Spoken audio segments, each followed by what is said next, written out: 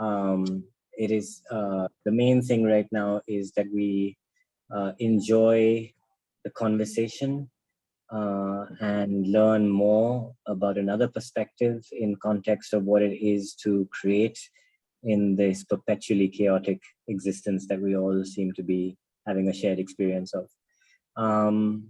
So without further ado, short and sweet, the Drama School Mumbai, University of Cape Town, Embodied Poetics are all very pleased to invite Nandita Dinesh, interlocuted by Mwenya Abwe. Fabulous, thank you.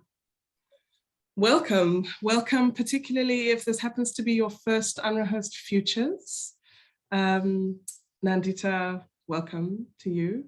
And delighted to be here. Kind of, yeah, it's so fabulous. This is also, in some ways, a special sitting of Unrehearsed Futures because as fabulous as every single one of our guests are, we've never had a book launch conversation. So thanks for allowing us to try out a book launch format. And yeah, I know that this is your week of celebrating the launch of your first novel. So it's just fabulous, totally, lots of these to be part of that week. I'm so glad the timing worked out. And yeah, I'm really looking forward to the conversation and to everyone reading this book so we can talk again, because we must do that. So the first thing that I wanted to ask you, really by way of introduction, and before we get a synopsis of the book from you and we'll read a little extract, I first wanted to ask you to share with us how it is you come to your set of interests, right? Briefly. And these interests being, because, it could also be a question that could take us the whole conversation. The entire hour, no? Yeah. The entire hour, exactly. So I'm particularly interested in what brings you to theatre, to immersive, devised theatre in communities in particular, what it is that brings you to your interest in conflict zones, and what it is that brings you to your interest in writing. And I guess I'm particularly interested in what there might have been in your formative spaces, right? So your family, maybe your schooling, that you feel like might have planted some seeds along the way to arrive you at this place. Was that intentional, this place being, was the pun intended? All puns that refer to the book titled are This Place, intentional. That Place are absolutely intentional. That's such a rich question, Mwenya, and I'll try to keep it short. I don't know how successful I'll be, but I'll try to hit the big moments. Yeah. Awesome. So in certain ways, performance has always been a part of my life. So my mom put me in dance classes when I was 3 years old. So I started learning this classical Indian dance form called Bharatanatyam when I was 3. And so I've been on stage pretty much as long as I can remember. So I would go to fancy dress competitions and, believe it or not, the occasional fashion show. And so perhaps, in retrospect, it shouldn't be that much of a surprise if this ended up becoming what I think about for most of my time. For better or worse, at that point in Coimbatore, in southern India, where I grew up, studying theater as an academic subject wasn't really an option. And that stayed the case until I finished high school. And it really wasn't even on my radar that anyone could study something like theater, right? It was just something you pursued as a hobby, something that you did to add to your extracurricular profile, but it's not something you studied. And it wasn't until I came to the States for the first time, I went to college here, and I came in as an economics and math major. So that was where I was going to go with my life. And as part of the liberal arts degree, we had to take a class in one of the arts. And I remember then thinking to myself, man, this is going to be so easy. I just walk in there, do a semester, knock that credit requirement out of the park, and just bounce, and get back to my math class. And that was it. That's where everything sort of changed. I walked into an intro to acting class. I had an amazing teacher. And I think like most of us would agree, it's these teachers we have who just shape our lives, right?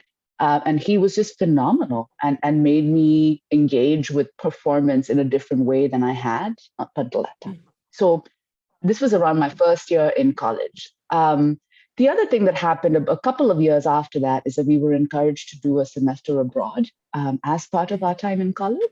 And for whatever reason, and we can get into that later, I was always fascinated by East Africa. I just didn't know anything at that point about the continent at large. And there was something about Uganda in particular that made me say, of all the study abroad options, that's where I want to go. I don't think I can give you a rational reason for why I did that.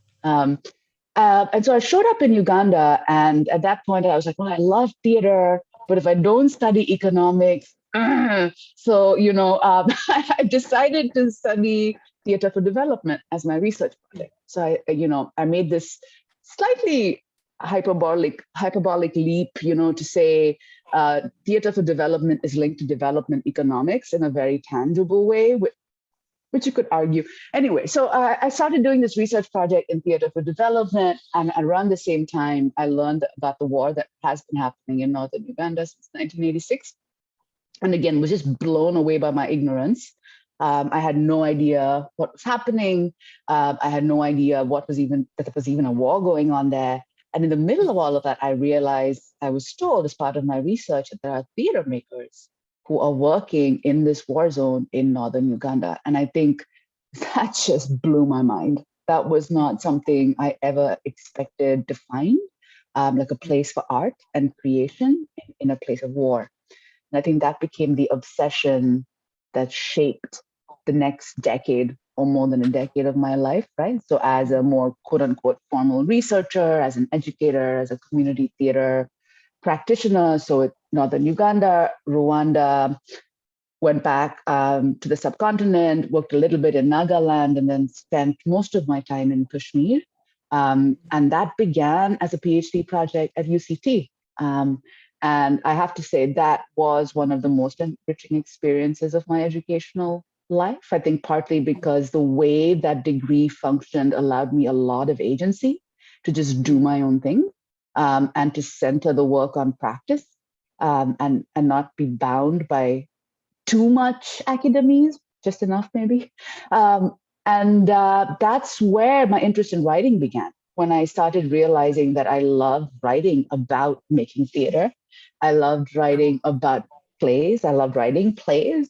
And then over the course of the PhD, it unlocked my love for writing, which I feel incredibly blessed by, because I think so many people hate writing by the time they leave their PhDs. And I hear of people just hating the process. And for me, it was the absolute opposite. It was just like this world opened up when I realized that I enjoyed writing.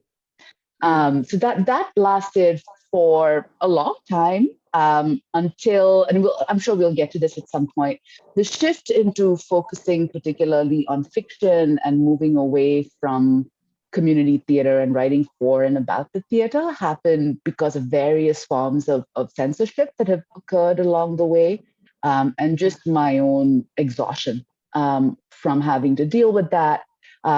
The exhaustion from not only having to deal with it, but then having to question, well, what does it mean? What does it mean to create these beautiful works when ultimately it can get shut down like that, right? So what's the point?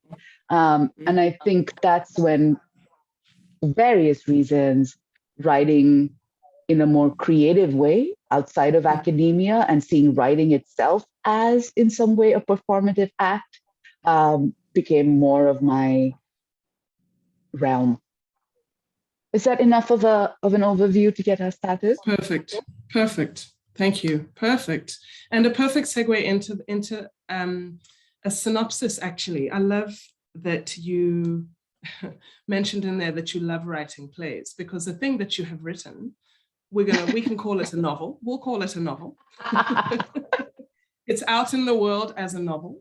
And we'll get into this as we go, but there are ways that this novel that you have written, it jumps off the page immediately from the beginning to the end in, I think, the most incredibly theatrical ways. But let's contextualize what it is and then get into an extract, and we'll go from there. So tell us about this book, the title of it, and a brief synopsis, if you will.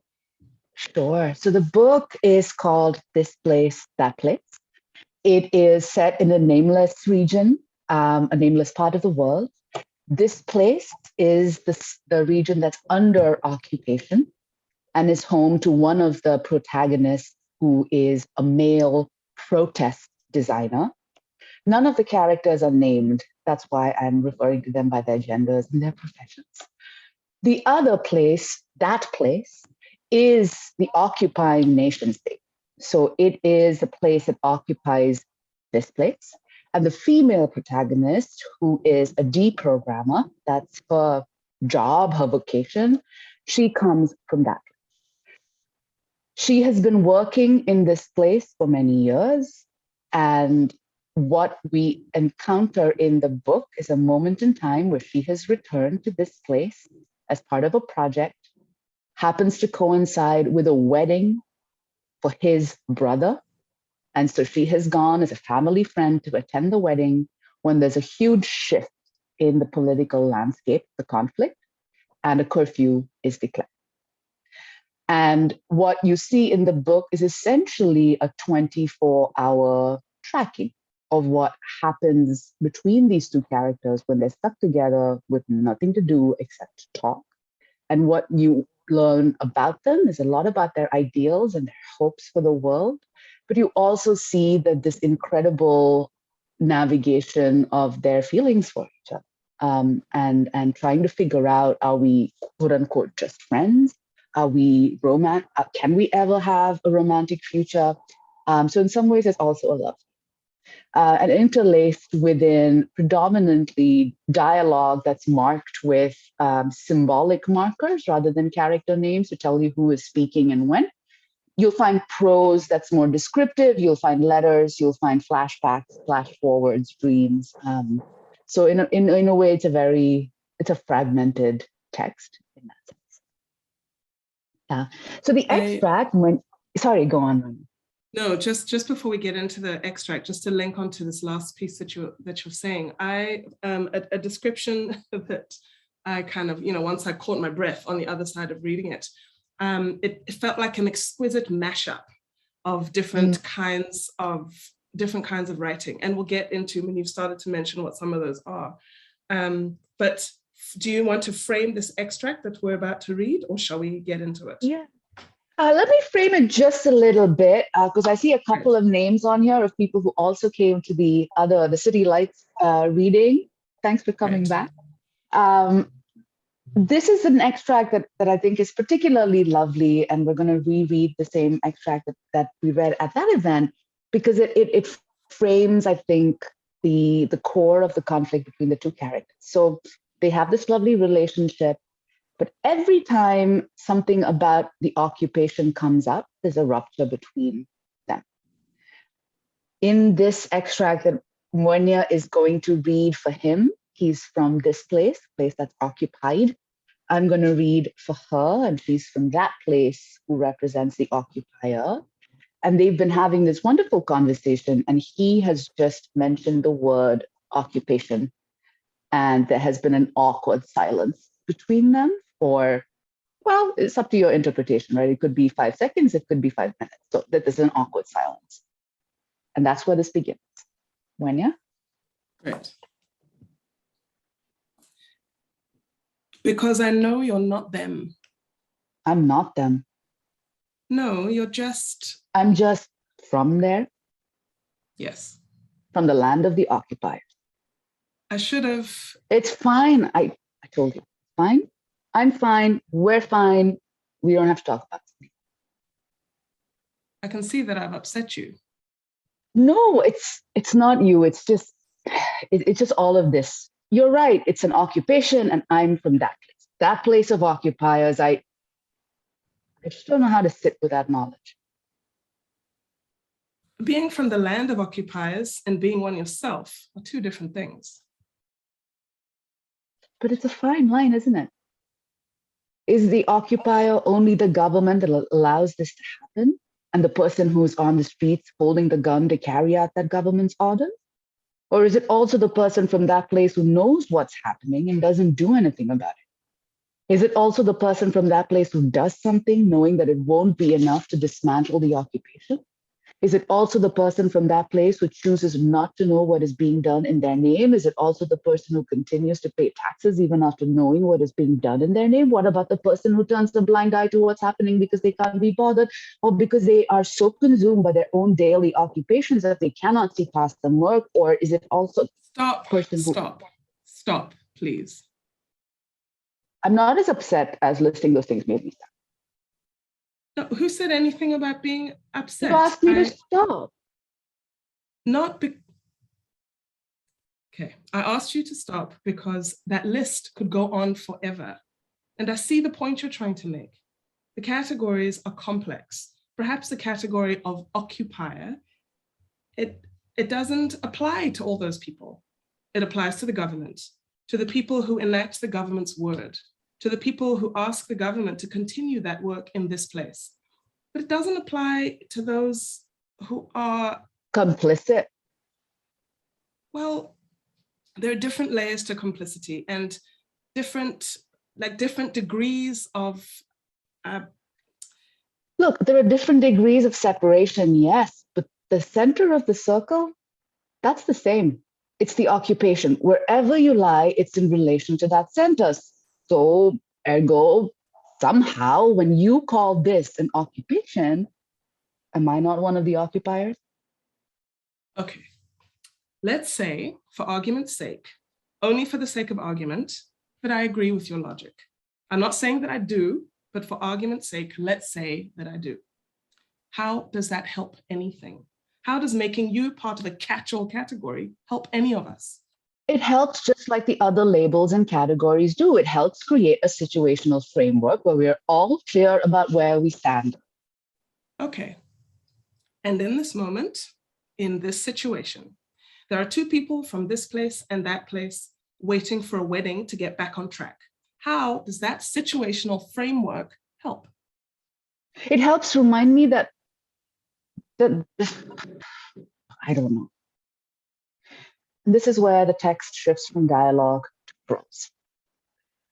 They sat in more silence, like they always did when the outside came in, when their camaraderie and friendship with undercurrents and their conversations and their interactions were invaded by the reality of the occupation, when they were forced to come to terms with being from opposing sides of a war, when they were forced to recognize the imbalances of power that came from nationhood and subjecthood, when the two of them had to reckon with the reality of what it would mean to explore their undercurrents as they found themselves wanting to, more and more every day.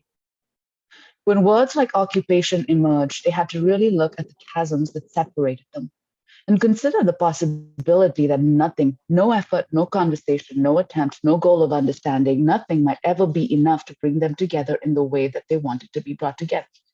In the way that if they were being really honest with themselves, they fantasized about being together.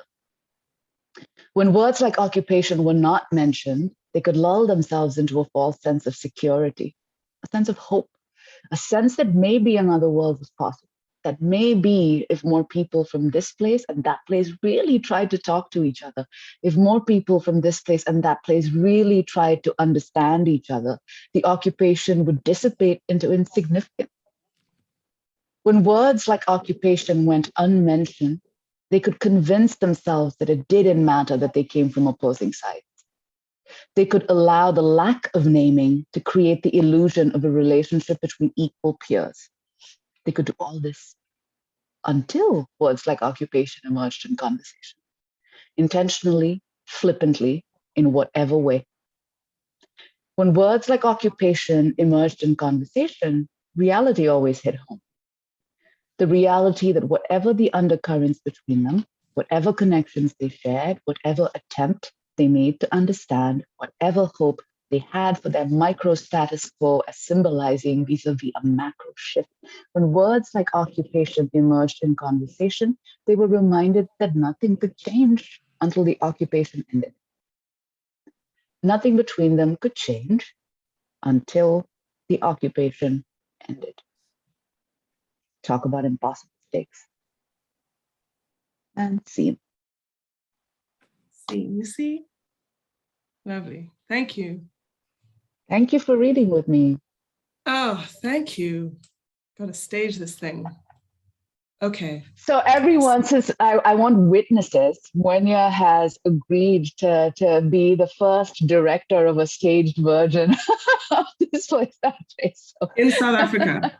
In South Africa. In South Africa, yes. Because, you know, there are going to be plenty. Mbongeni heard that. Thank you very much. Glad this is being recorded. May you all witness this moment and come. I mean, let's talk about form. So this extract is just beautiful because it really, I feel like it dives us straight into the heart of the kind of context that these people, this family, this intimate domestic space finds itself in. And one of the things that I just found completely compelling and remarkable about reading, the experience of reading the novel, / whatever else we might want to call it, is that, so you do not name any of the characters. They have, as you mentioned, they're symbolized by particular icons, and the way that the particular tensions are playing out for them, personally, intra-personally, literally shows up on how the words are placed on the page, right? So in terms of an experience of form, I just found it really interesting to feel, you know, they felt like very subtle stage directions, you know, that literally feels like when the characters are feeling particularly like the tensions are extreme, the words that they speak feel like they are, you know, like hugging the opposite sides of each page in a way. And I guess, and it's the kind of mashup piece really sat with me because not only is there a presentation, like you have worked, you know, particularly you and your publisher and editors, I'm assuming, in cahoots with a bunch of people with, you know, a really interesting eye for how words can be on a page. But you also give us a whole range of different types of writing, right? You give us dialogue, you give us a curriculum, you give us some film analysis, you know, like it's a mashup. I'm not joking, you know, by using that word. It's like the only word that came to mind. Like we are immersed in so many different types of writing that you weave together incredibly seamlessly. So I wondered if you could speak a little bit about form and about the particular, you know, marrying these different, these different kinds of writing for this content, you know, and how it is that these things came together for you. Come together. Yeah. Again, wonderful question, Mwenya. You know, in some ways, I was speaking to my cousin yesterday, and she's on this call, so I'm thinking of her. She reminded me that I've been obsessed with this sort of cross-genre stuff for a really long time.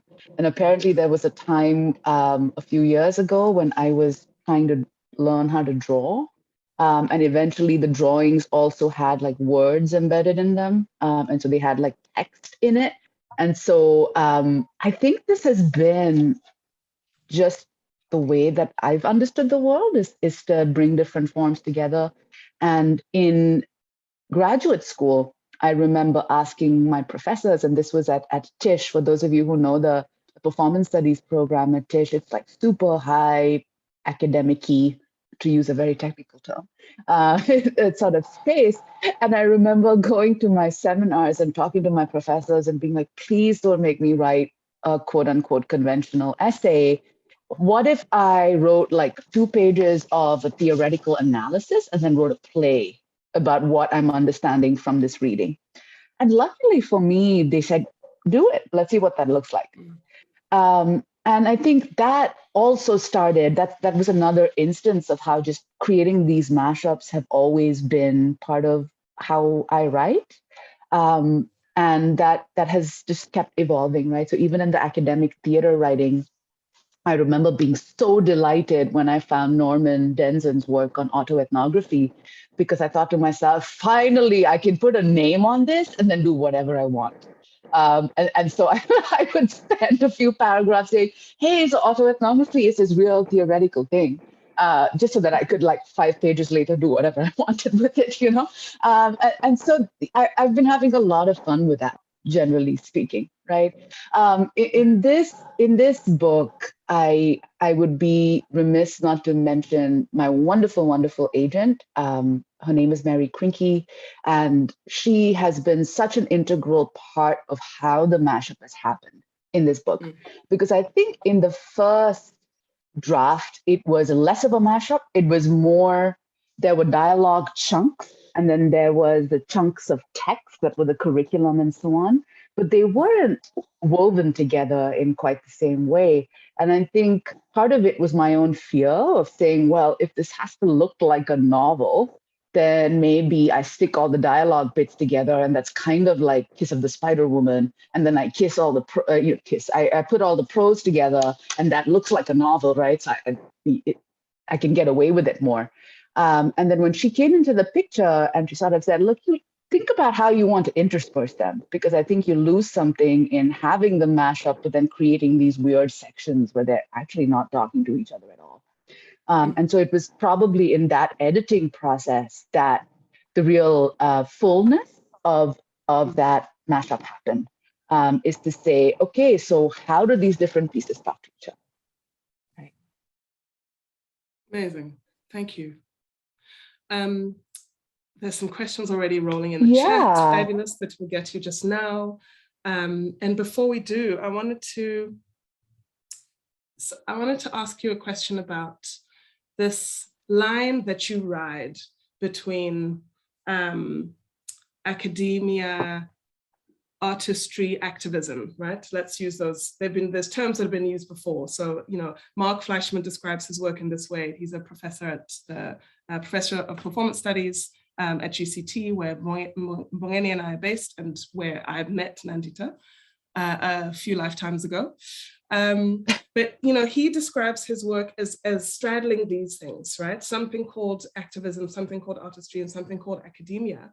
And sometimes because of the framing of academia, where he and I feel like I am placed, the work can feel, you know, a bit tainted by the framing of, you know, the kind of artistry, and even activism sometimes gets, I mean, tainted maybe is the wrong kind of word, but there's a way in which a positioning in the academy creates the framing for whatever it is that you're trying to make, whether it has social justice leanings and intentions or not. And you know, part of the reason that I really was interested in chatting to you pre the launch of This Place, That Place, was because you swim in this pool, right? That is made up of these ways of writing, of being in the world.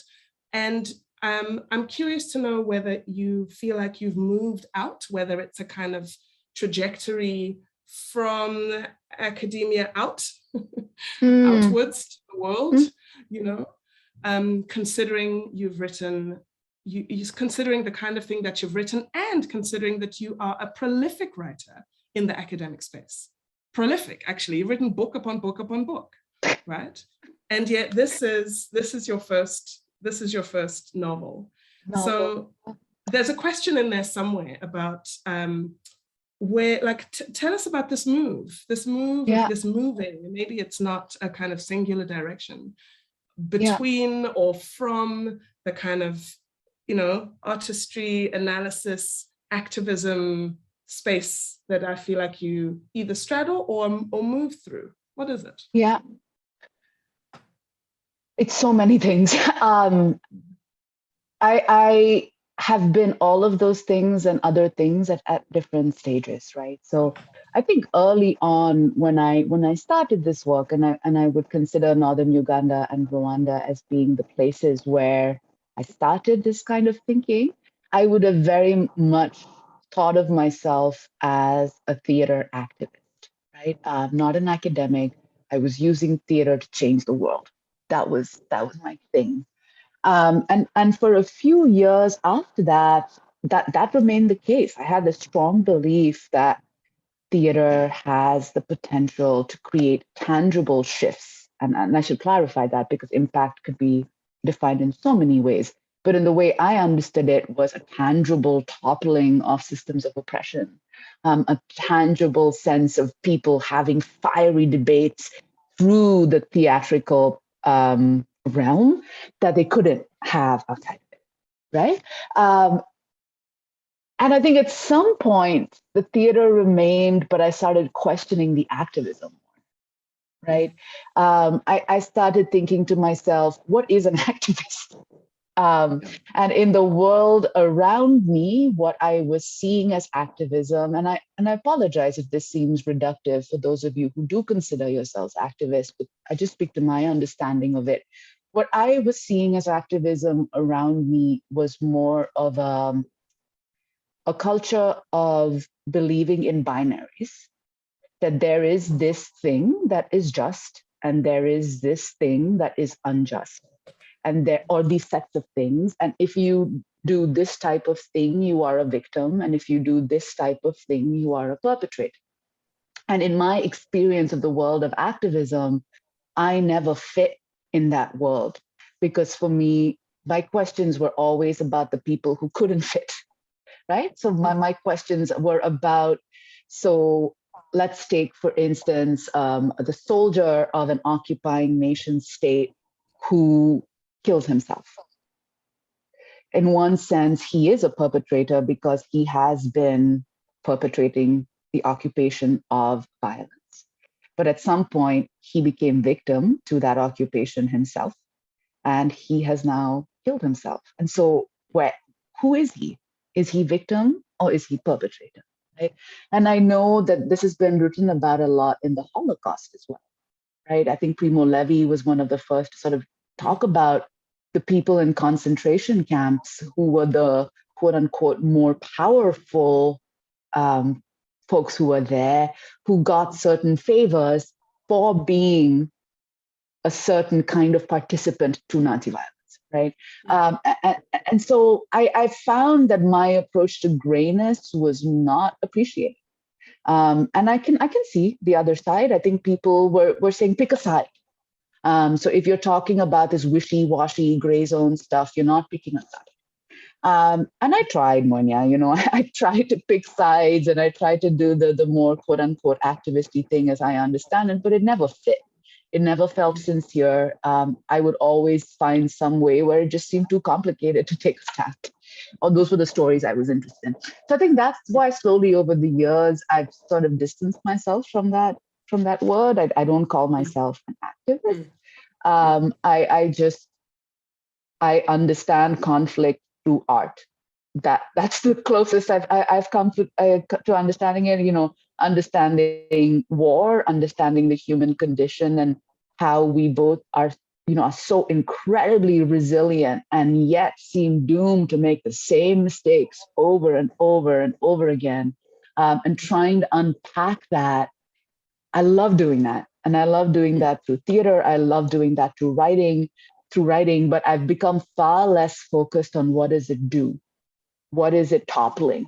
What is the tangible impact? For me, even that's become gray. It's more about like, what questions does it bring up for you, and where are you sitting with it, and where do you want to take it? And okay, if you disagree with me, totally fine. And so now I think I'm far more of a general. I interpret conflict and any kind of I say conflict in the broadest sense, not only in terms of war. Some of my work in the US has been in prisons and detention centers, which technically are never called war zones, but to me represent one of the war zones in this country. And also thinking about, so how do you make sense of all these types of war, all these types of conflict, And for now, it's through writing. That's what makes most sense to me. And I think a huge part of that links to the notion of the experiences we had with censorship when it was plays, and just feeling like I couldn't take the responsibility of being of someone else's safety. And I think that's the part where it felt like if I'm writing, the risks are on me, and that I can talk about to myself with and rationalize whether or not I'm ready to take it on. But with ensemble theater making, with devised theater, with collaborative creation, I wasn't ready to deal with the risks to my team. Does that answer some of the layers to your question? Okay. Oh, that and more. Thank you so much. You know, as you were speaking, I was thinking about so much of what feels like the real transformative potential of collaborative, devised ensemble theater work is in the process. You know, it's where the work is happening is long before there's a kind of public audience. And I feel like my own kind of sense of this is becoming clearer and clearer. And I'm someone who likes to make things. I like that end thing, whatever it's going to be. But more and more, and I mean, I think this comes through being an educator of theatre and performance, is just really revaluing the process and the design of the process and the kind of transformative potential of the time between beginning that thing and, so-called opening night or whatever you want to call it. And I often wish there was a way to be more articulate about this to students in particular of theatre and performance, who are in many ways, at least in my context in South Africa, trained to make things, right? Trained to kind of, make theatre works for public, and really kind of miss a focus on where the work is actually happening. So that feels very validated by what you have just said. It's feeling really resonant for me, your kind of this journey that you've just mapped out for us to this place. I think we should go to the chat. I see these icons and I'm trying not to look so that I can remain focused on what you're saying. No, we must do it. We must do it. Let's do it. We must. So, Jehan, I think you had a question early on. I think it started with Sumit, actually. Sumit, wonderful. Was this place inspired more by Northern Uganda or Nagaland, Kashmir, or all of them? Great question, Sumit, and the answer is all of them. I think there are different aspects that were influenced by different places. So there were certain elements in the book that were questions that were raised in Northern Uganda, others that were from Rwanda, others that were from Kashmir, others that didn't come up at any of those places, but things that had been happening in my own mind over the last, decade or so. Like, so the deprogramming curriculum that Monia referenced, that's something that I've been building in my head forever, but I've never actually done anything super practical with it. So it is really this mishmash of all of these various contexts, and very purposefully, right? Because if I thought that if I made it too close to any one context in any particular way, there stood the risk of what I didn't want to happen, which was it becoming an argument about, have you represented it the correct way? Have you represented this conflict the correct way, right? So with this piece, it was very much saying, hey, this is a whole bunch of mishmash. And so you might see resonances in some parts with something that happened in Kashmir, but 10 pages later, you'll just as likely see something that resonates with Rwanda. So that would be the answer to that. Jehan, in the typography and the multiple formats, why are some of the bullets? I have a follow-up question to that, though.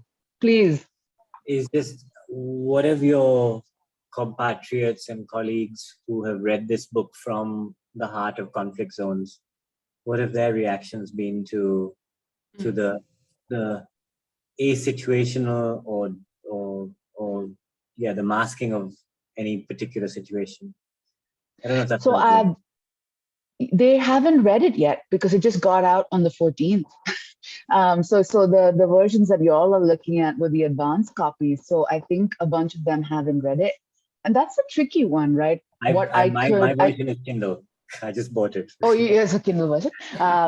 So there's a couple of things I can think of as being the critiques. I generally like thinking about the critiques. So I think the critique is going to be it's too wishy-washy. That in being so vague about where it is, and this goes back to the notion of what is activism and is this activism, right? Is I think some of them would prefer that I took a stand and said, hey, this is about Gulu, right? And I think they would like for me to take that stand and in a way think about, and I understand the critique of using this platform of having these conversations to raise awareness or to lobby for more dialogue, political intervention, things of that nature. There are various reasons why I've chosen them. That's not for me. But I could see that being a critique.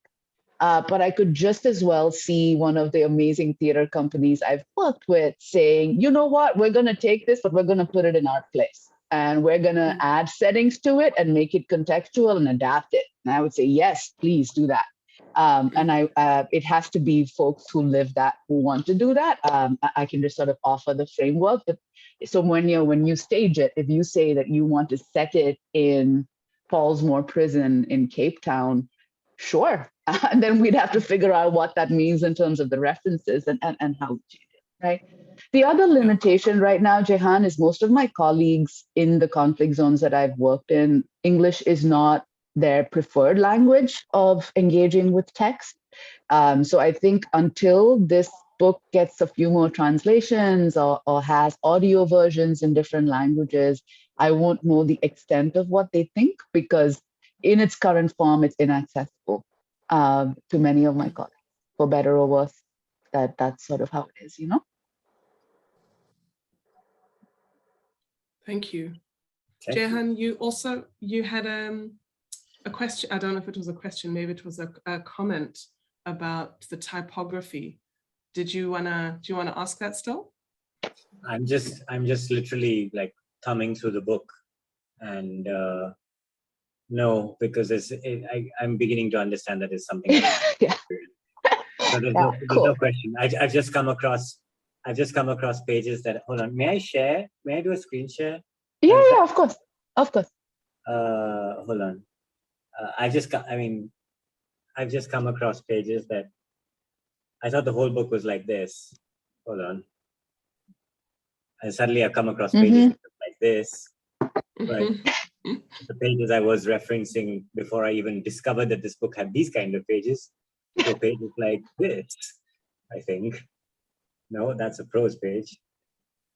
But yeah, I think one has to play with it and see it. I mean, there's so much interpretation that is possible. I can see why Monia is so excited to stage it. I totally can see it.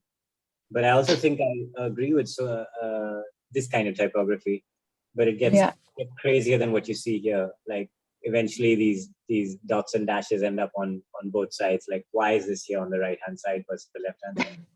I guess I'll play with it and see for myself. That was going to be my answer to your question.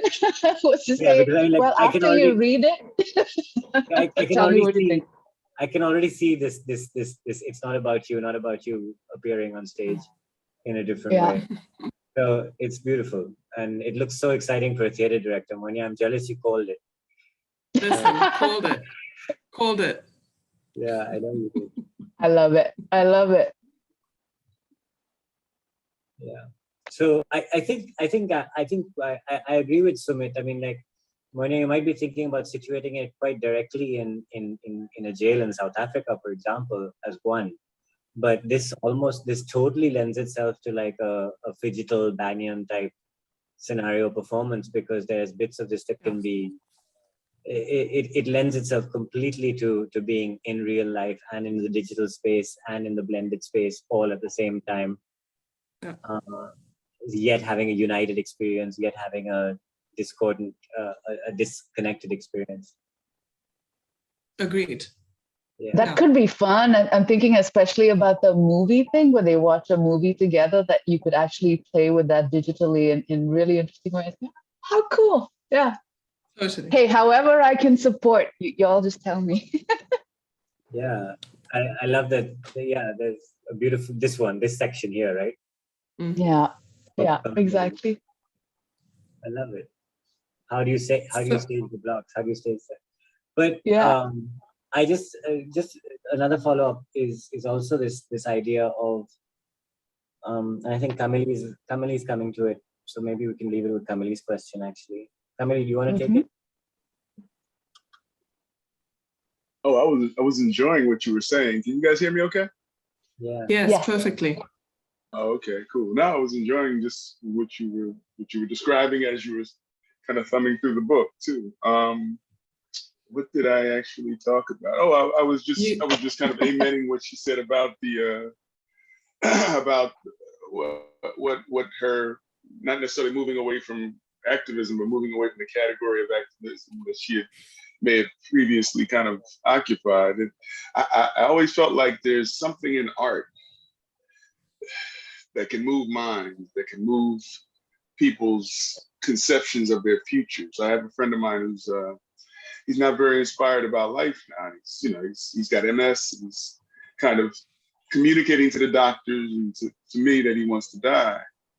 And it's become such a, I'm not sure if he's going to make it all the way through, but it's it just reinforces the notion of what I really want to do in terms of pushing people towards a different way of thinking about things, not necessarily because it's the way I think, but I'm very interested in that notion of influencing people, and not necessarily to get them to do what I want them to do. I think that's something else, right? But the notion of inspiring more motivation to think about their futures in some ways, or think differently about our futures. Because it's so easy to get trapped into 8 hours giving that to some other project that has nothing to do with your life other than the fact that it translates to something else that makes your life reality. And so many people lose everything except what's being given to them as their future, right? And so I think storytelling, and especially sci-fi, I know for a lot of people I knew who were otherwise very kind of on their own, completely isolated. Sci-fi gave them a notion that the world could be changed, and the world could be different than the way it is now. So yeah, anyway, it just made me think about when you described that notion of victim and perpetrator. A friend of mine he's not a friend of mine, he's a coworker, he's my boss actually. He comes in every day and talks about how this woman got pregnant by him and he had to kind of take, in America, there's all these complicated things of having to spend a lot of money on child support or whatever, and he's moaning that. This is 25 years later. And I just said, you know what will be a blessing, man? If 30 years from now, when you're on your deathbed and someone calls you, that woman who you haven't seen since you was a little kid, and says, what do you want me to do with him? And she comes to see you and y'all develop this wonderful relationship. Think about that right now while you're moaning and complaining about how this little girl took all this money from you and all this stuff, and made a mom and all that stuff. And I said, wouldn't that be a blessing that after 30 years of you moaning about this, someone comes into your life and changes your motivation for being? And that's something that you can't even anticipate because you haven't even lived that long yet. So, use the examples that you have around you, man. There's people who've lived longer than you. Ask them about life. I have the pleasure of watching 102-year-old die, another 102-year-old die, 93-year-old. I kind of helped him get to a comfortable space. And that tells me something, even if they haven't had great or perfect lives. It makes me think that there's something to this length, this longevity that we'll never be completely a part of, that allows us to participate in it by way of storytelling. That's really sci-fi, right? Because I'm not talking about now, I'm talking about 100 years from now when I'll be dead. And, if you can inspire somebody to think about that when they may make the 100 years, it'll be a dynamic thing. Anyway, that's all. Thank you for sharing that. Yeah. If I can just jump in here, Kamini, so much of what you've just shared is resonating with me, because the feeling the overwhelming feeling I had at the end of the book, after I'd caught my breath, was of potential and possibility. And, you know, it's which feels remarkable considering what the book is about, and the incredibly difficult context that the people are in, that we are reading about and fall in love with. But to be able to imagine a kind of hopeful future feels really purposefully injected in so much of this book, and somehow in particular in what each of the main protagonists do, right? That their work as protest designer and as deprogrammer of soldiers in the military is just like, I was like, oh yeah, we can, I want to imagine that too. And you allow me to, right, through this book. And it just felt like, I mean, talk about the long arm storytelling. Not only, you know, am I like, okay, so many conflicts, there's so many situations that I can place this allegory in, right? I'm, you know, it's a very liberating way to read something, right? Mm-hmm. That you can really populate it with a place and with people in that place.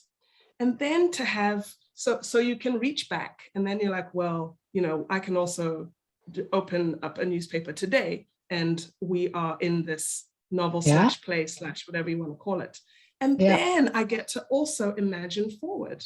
You know, I get to be carried into a place that is hopeful, you know, without sounding kind of ridiculous and idealistic, that there's potential and possibility that is like, it's almost overwhelming in the book. And I just wanted to kind of follow on with what Camille was saying with that response.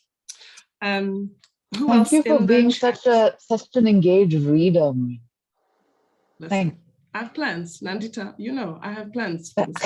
I love it. So, I don't know. Does anyone else have something? Because I could monopolize the. You can monopolize. Mbo, have you got a question in here? I've just lost your name. Mo has a beautiful set of reflections. Yeah. A world where hope is. I apologize for being off camera. I am not fit for public consumption at this point. But thank you so much. There's so much that I find exciting about this. And this kind of takes us back to where the conversation began, which was around the question of form. And I've already written this in the chat, but there's something to me about the structure that you've chosen for this text, right? Sits in this place that I'm uncomfortable with the term performative writing because it's so fuzzy. But there is certainly a way in which the text is doing things. And one of those things that it seems to be doing is calling on me to decode it in multiple ways simultaneously. And that in that process of that simultaneous multiple decoding, it's insisting that I don't kind of, you know, claim allegiance to any of those things, but perhaps that the work is in that practice of recognizing these multiple codings, encodings, and decodings that we're constantly engaged in. I find this very exciting. I can absolutely see how you know, I'm drawn to it as a performance text as well, because it anticipates performance. It's got the words dance in some kind of way. They have a proprioceptive quality. That's what I wanted to say, which is a remarkable thing to achieve on the page. Yeah, it's super exciting. And then I also seized on this idea at the end, a world where hope is revolutionary is such a sexy takeaway, right? I love that idea. And I was going to actually ask, that's the exact thing. I mean, it's your question, it's your comment that provoked it, is if you leave this sort of, you know, I think the whole activist framing is it's great that you've departed from it. It's a very simplistic sort of non-nuanced way of looking at things. And it kind of reduces what theater can do if you're always looking at it like that. So I completely agree with that. But then I guess, where is the point of intervention? What are we seeding that actually does do the things that we do believe in terms of its transformative nature? And if there's any one single thing that you can shift inside another human being by your theatrical intervention, be it a book that gets staged, be it a performance that gets viewed, be it a process that gets participated in. What is that thing? If you could like get inside, like I love it. Kamili's put his video off and it looks like it's an X-ray of somebody's like tumor. But that's exactly it. It's like what happens? What can you do if you can get into somebody and like move or shift one nerve, one cell, one element of their consciousness or their, framing of their own existence? What is that what is the thing that you want to go for with your interventions as somebody who believes in that we can transform people or we can transform society with the scalpel, tweezers, whatever tentacles that is theater? Oof, what a tough question. What is that thing? You've met so many people, you've tried to intervene with theater in so many ways. What do you bring? I mean, it's not intended to be reductionist, but no. I totally get where you're coming from. It's I'm just smiling because I think this is the kind of question to which, depending on the particular moment you ask me the question, I might have slightly different responses, right? So I'm just trying to think what my response is right now. And I think, Jahan, sorry? In fact, I was going to say, all your friends who want to accuse you of not like anchoring yourself in something or the other or one particular cause, etc., I'm asking you for the internal anchor. Yeah. No, that's a wonderful way of thinking about it. And I think for me, it would be no one is one thing. That would be the shift. That everyone is made up of this absolute multiplicity of identities. So and getting anybody who you've intervened with to recognize the fact that there's exactly, to recognize multiplicity, but especially in any group of people that they would consider to be a quote unquote oppressor or perpetrator, right? So if a woman generally doesn't have great thoughts about men as a monolith, she thinks the entire gender is problematic. For me, the shift that would be catalytic would be the shift that says, okay, not all men. There are X number of men who might fit into that stereotype, but there's always difference. There's always possibility that this person might be an exception to that category.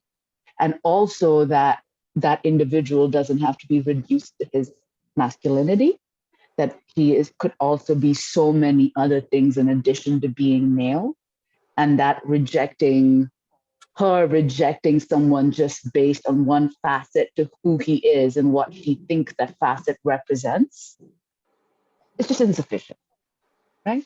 So I think that's where that would be something that's really, for me, that would be the core of it, is how can we have more complex understandings of each other and about. Yeah. And just to come in here quickly, I feel like you do that in a really interesting way in the book by giving your main characters fluid sexualities, where, and I think the bride, I don't know, maybe I won't say the other thing, I don't want to give anything away, but I just wanted to kind of come in,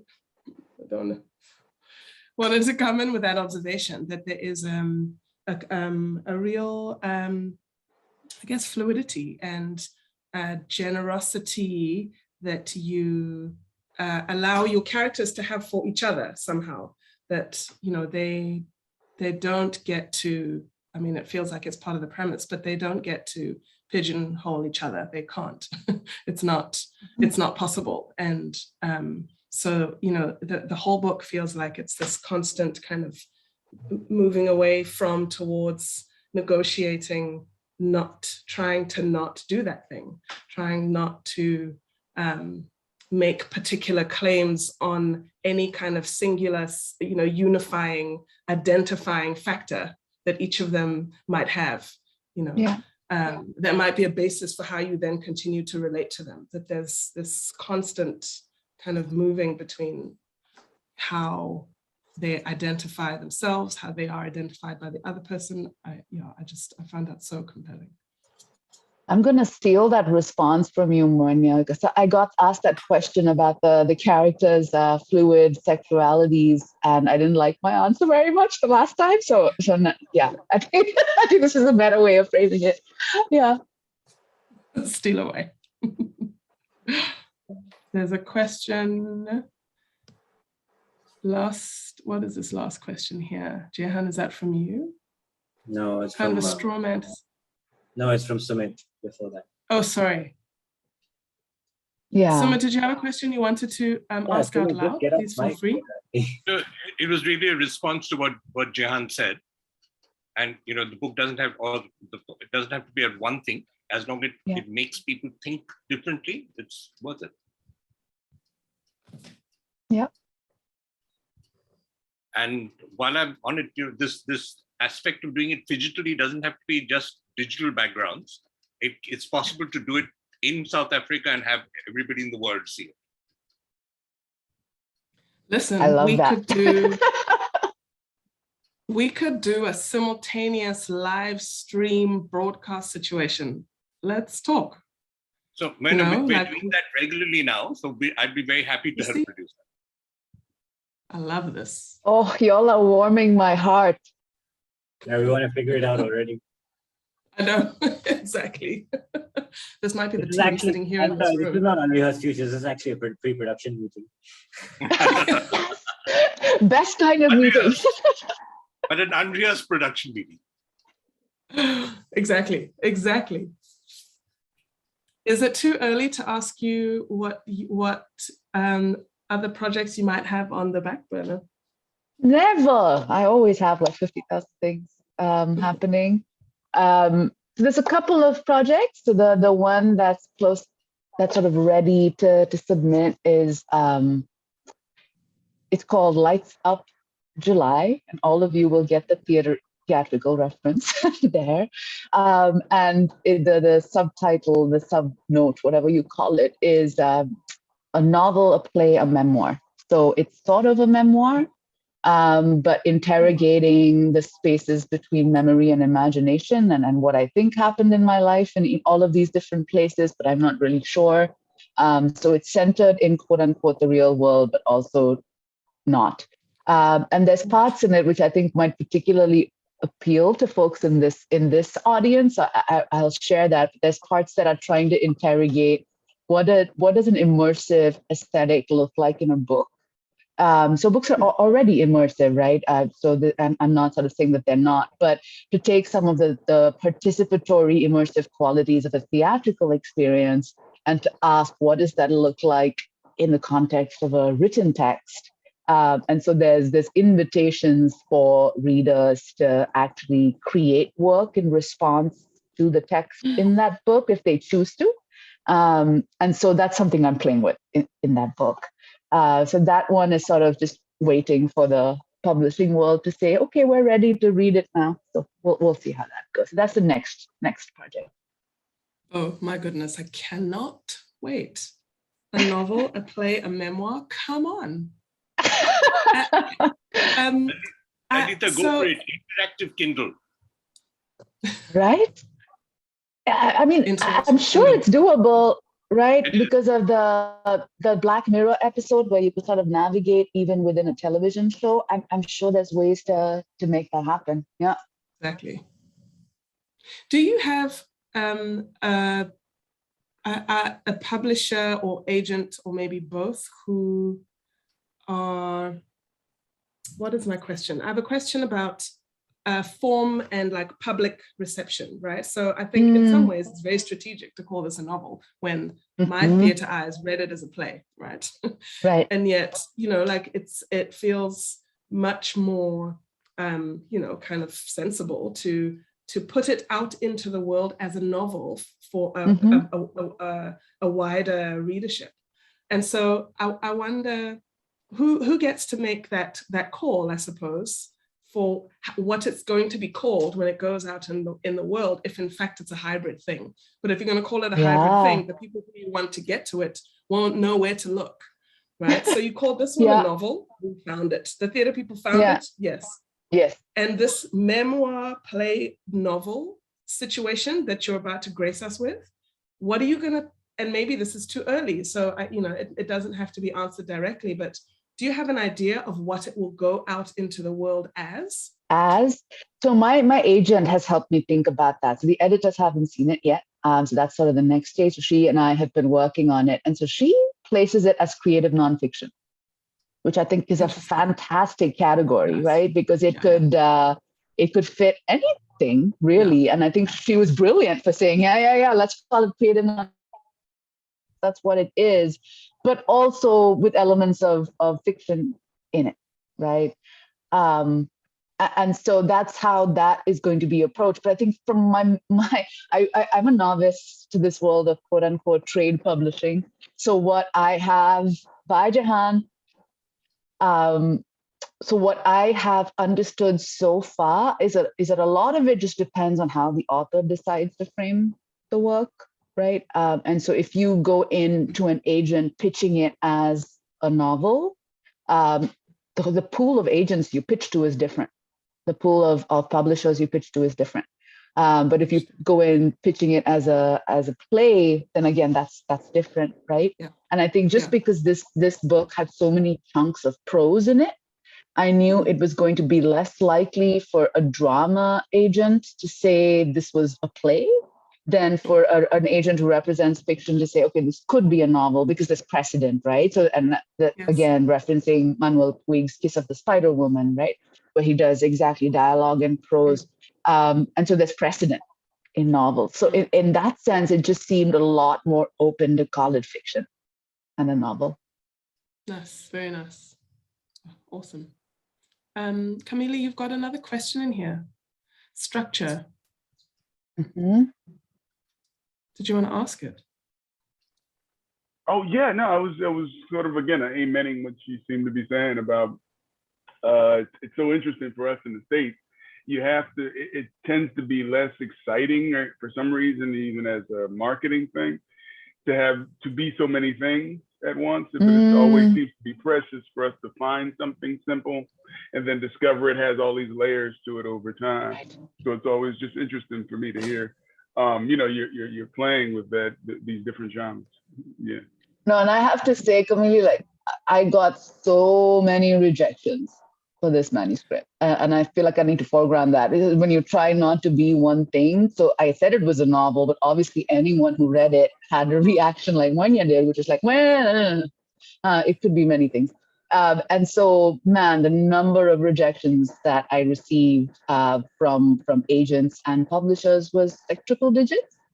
And so it's not trying intentionally not to be one thing does have its downsides. There were many people who wrote back to me and said, well, if you just wrote it as a more quote unquote mainstream love story, I could help you. And it was like, well, but that's not how I write. So what do I do? Yeah. It makes me think of literacy as a completely different thing than just being able to read, right? It's about sometimes, I know here in the States, we get I go into bookstores and they're all corporately kind of laid out. My father did a art book about the Middle Passage and it had no words in it. So nobody knows where to put it. Is it in the art book? Is it really big? Or is it in the children's section? Nobody wants to see that. So yeah, it just reminds me of just how difficult something, even if it's got a lot of money behind it, he had Dial Press behind it, so he got it out. But what would he do with that if he wasn't known as a children's book illustrator? So it just makes me think about, what one does with something that's just almost naturally a hybrid thing, and people don't understand it because they're literate in a certain way, right? I can only see this far up or this far down below the category. So, and they're just programmed by whatever they've read before. It's not necessarily that they can't think outside the box. And sometimes I admit, I remember reading my mentors for grad school, her work, and not really understanding it, then seeing a production of it and going, wow, now I get it. So then reading it like a Bible almost now, in terms of it having poetry to it, which I didn't understand until a director put it into action for me on stage. So. Thank you for persevering past the rejections. It is out in the world. It's found its home, obviously. Right. No, I am delighted. Melville House, the publishers, they've been really, really great to work with. And, you know, by the time they said yes, I was just complaining so much every day. I would tell Doug, my husband, you know, I would be like, man, I don't think this is going to work out. Like one more rejection, 2 more rejections, 3 more rejections. Like maybe this is not happening, and maybe this needs to be self-published. And realizing that comes with its own difficulties, right? Of especially marketing and publicity and that kind of stuff. So I was very close to sort of thinking of backup plans when Melville House came into the picture and seemed to embrace the book for, what was it? Someone put in the chat, the "we don't know what it is" category. Yeah. Yeah. We don't know what section in the bookstore. We don't know what. And they seem to embrace that, you know, which I really, really appreciate.